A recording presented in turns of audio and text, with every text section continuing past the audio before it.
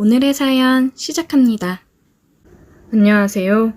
오늘은 제가 예전에 다니던 직장에서 있었던 아름다운 기억을 꺼내서 이야기를 해볼까 합니다. 저와 그녀의 첫 만남이 이루어진 것은 아주 자연스러운 기회였어요. 그녀와 나는 같은 회사의 직원이었습니다. 나는 그때도 지금도 유부남이었기 때문에 가정이 있었고 아무 여직원들에게나 추파를 던지고 다니는 싸구려 꼰대가 아니었습니다. 아내와의 결혼 생활은 무척이나 만족스러웠고 그 전까진 제가 다른 생각을 할 이유가 없었어요. 그러다 새롭게 발령받은 근무지에서 미스 최를 만나게 되었고 그때부터 제 인생은 알 수 없는 방향으로 흘러가기 시작했습니다. 그 시절 본사에서 근무하다 정치 싸움에 휘말려 자천되다시피 한 저는 평소 같으면 절대 와볼 일 없는 엉뚱한 근무지로 발령이 나버렸고 회사에서 크게 주목하지 않는 곳이라 모든 게 부족했습니다. 인력도 부족해서 한 번에 여러 가지의 일을 수행해야 했으며 물자도 모자라고 회사 내의 지원과 관심도 없었어요. 그런 곳이지만 그곳의 부장만큼은 아주 열정적인 분이라 남직원뿐만 아니라 모든 여직원들까지 야근의 잔업을 매일같이 강요받고 있었습니다. 그런 이유로 저와 미스 채는 퇴근길에 지하철에서 자주 만났었고 저는 사내 직장 동료들과 필요 이상의 친분을 쌓는 것을 원하지 않았기 때문에 지하철에서 마주치더라도 가벼운 눈인사만 하는 사이였어요. 그날도 나는 늦게 퇴근하면서 지하철 빈자리에 앉아 핸드폰을 보고 있었고 마침 다른 곳에 자리가 없고 딱 제 옆 한 자리만 남았었기 때문에 미스 최가 제 옆자리에 앉게 되었습니다. 따로 떨어져서 가면 모를까 옆자리에 나란히 앉아 모른 척할 수는 없어서 서로 이야기를 하며 가게 되었는데 그녀가 저와 같은 동네에 살고 있다는 걸 알게 되었어요. 같은 지하철역에서 내려 서로 다른 출구로 나가기 위해 움직이고 있었는데 갑자기 그녀가 내게로 다가오면서 매우 어려운 표정으로 무언가를 말하기 위해 머뭇머뭇 거리는 것이 보였어요. 어렵게 꺼낸 그녀의 말은 지갑을 회사 책상 속에 두고 왔기 때문에 마을버스를 갈아타고 가야 하는데 돈이 없다고 하더라고요.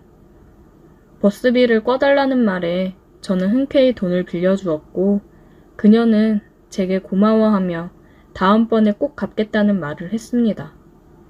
그리고 다음날 회사에서 그녀가 제게 작고 귀여운 편지지 안에 어제 빌려간 돈을 넣어서 돌려주었고 작은 쪽지도 한 장 들어있었어요. 돈 빌려줘서 너무 고마웠고 빌린 돈의 이자를 갚는 의미에서 커피를 한 잔 사고 싶다는 말이었습니다. 나 또한 매우 오랜만에 제게 관심을 보이는 여자라서 호기심이 들었습니다. 퇴근길에 나를 기다리고 있는 그녀를 따라서 들어간 카페는 겉에서 보는 것과는 다르게 매우 고상한 장식과 손님마다 개별적으로 막혀있는 공간이더라고요. 밖에서는 안에 있는 사람들이 뭘 하는지 자세히 볼 수 없는 곳이었어요. 우리는 커피를 한 잔씩 주문하고 자리에 앉았고 뭔가 폐쇄되어 있는 공간이 주는 느낌에 묘한 기분이 들었습니다. 그녀는 일찍 퇴근하는 날이면 이곳에 들러서 커피 한 잔을 시켜놓고 혼자 1시간 정도 멍하니 생각을 정리하다 가는 곳이라고 했고 과연 그도 그럴 것이 커피며 분위기며 너무 좋더라고요. 아내와 결혼하기 전엔 이런 예쁜 곳을 찾아다니며 데이트를 했었는데 새로운 사람과 낯선 곳에 있으니 마음이 들뜨기 시작했어요. 처음으로 그녀의 얼굴을 정면으로 바라보며 이야기를 나누었는데 비록 약간 어두운 곳에서 보는 그녀의 얼굴이었지만 회사에서 볼 때보다 훨씬 아름답고 묘한 분위기가 있는 미인이었습니다. 나와는 10살 이상의 나이 차이가 났기 때문에 그녀는 제게 매우 공손하게 존칭어를 사용하면서 깍듯하게 대했고 나 또한 한 사람의 여자라기보다는 부하 직원으로서 그녀를 존중하며 대화를 나누었어요. 그날은 정말 모처럼 즐겁게 커피를 마시며 대화를 나누었고 1시간 정도의 데이트 아닌 데이트를 마치고 둘이 함께 지하철을 타고 퇴근을 했습니다. 이러한 만남이 여기서 끝난 것이 아니라 이것이 우리 둘의 관계를 시작하는 계기가 될 것이라고는 서로 생각도 하지 못했습니다. 이때 이후로 야근 없이 일찍 퇴근하는 날에는 종종 미세 채와 만나 카페에 들러서 커피를 마시는 날이 많아졌고 그녀 또한 나와의 대화를 통해 자기 또래들보다 성숙하고 안락한 분위기가 좋다는 말로 내게 관심을 표현하고 좋은 관계를 유지하게 되었어요. 저는 점점 그녀의 미소와 매력에 빠져들어갔고 그녀조차도 제게서 중년 남성의 여유와 포근함이 매력적이라고 말을 했습니다. 이러한 만남이 시간이 지나 점점 발전하면서 우리는 결국 카페가 아닌 다른 곳에서의 만남도 이어나갔고 회사 사람들의 눈이 닿지 않는 먼 곳으로 가서 종종 데이트도 즐기곤 했습니다. 아내에게는 회사가 바빠서 매일 야근을 해야 한다는 말을 해두고 일주일에 2번 이상은 꼬박꼬박 그녀와 데이트를 즐겼어요. 그렇다고 가정에 소홀하거나 아내를 사랑하는 마음이 줄어든 건 절대로 아니었습니다. 아내와는 항상 원만한 관계를 유지하였으며 아내의 존재라는 건 제게 정서적인 안정감을 주었어요. 미스 최는 시간이 갈수록 점점 저와의 만남을 더 많이 요구했고 결국 어느 날은 회사에서 남들의 눈을 피해 제게 안겨 울기까지 했습니다.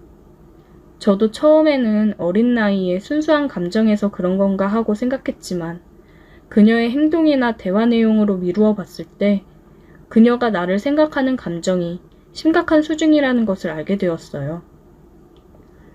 그저 서로가 좋은 감정으로 가끔 커피를 마시고 데이트를 하는 정도로 생각했는데 그녀는 제게 그 이상의 무언가를 항상 원하고 있었습니다. 하지만 저는 가정을 포기할 생각은 전혀 없었기 때문에 미스 최가 원하는 것을 절대로 들어줄 수 없었어요. 그녀를 타이르고 정신 차리라고 아무리 이야기해봤자 소용이 없었고 이대로 가다가는 우리 관계의 끝은 파멸뿐이었습니다.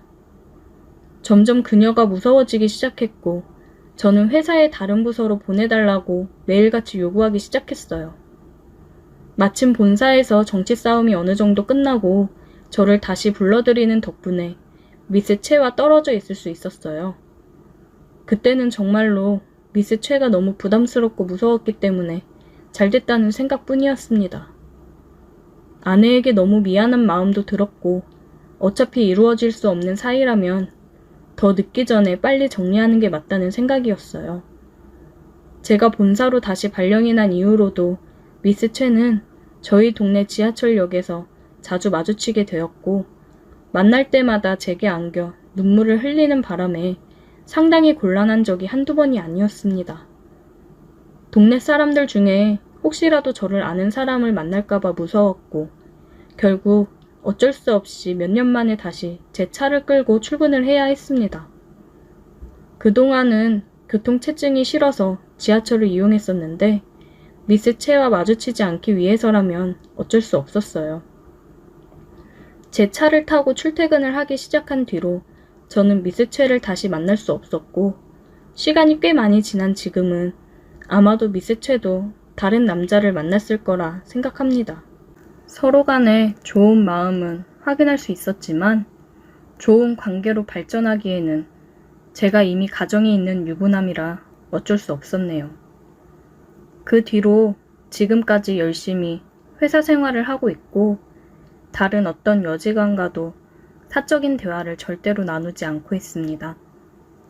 한번 사적으로 만남을 갖고 커피를 마시고 데이트도 해보았더니 잘못 걸렸다가는 제 인생이 정말 큰일 날 것 같았어요.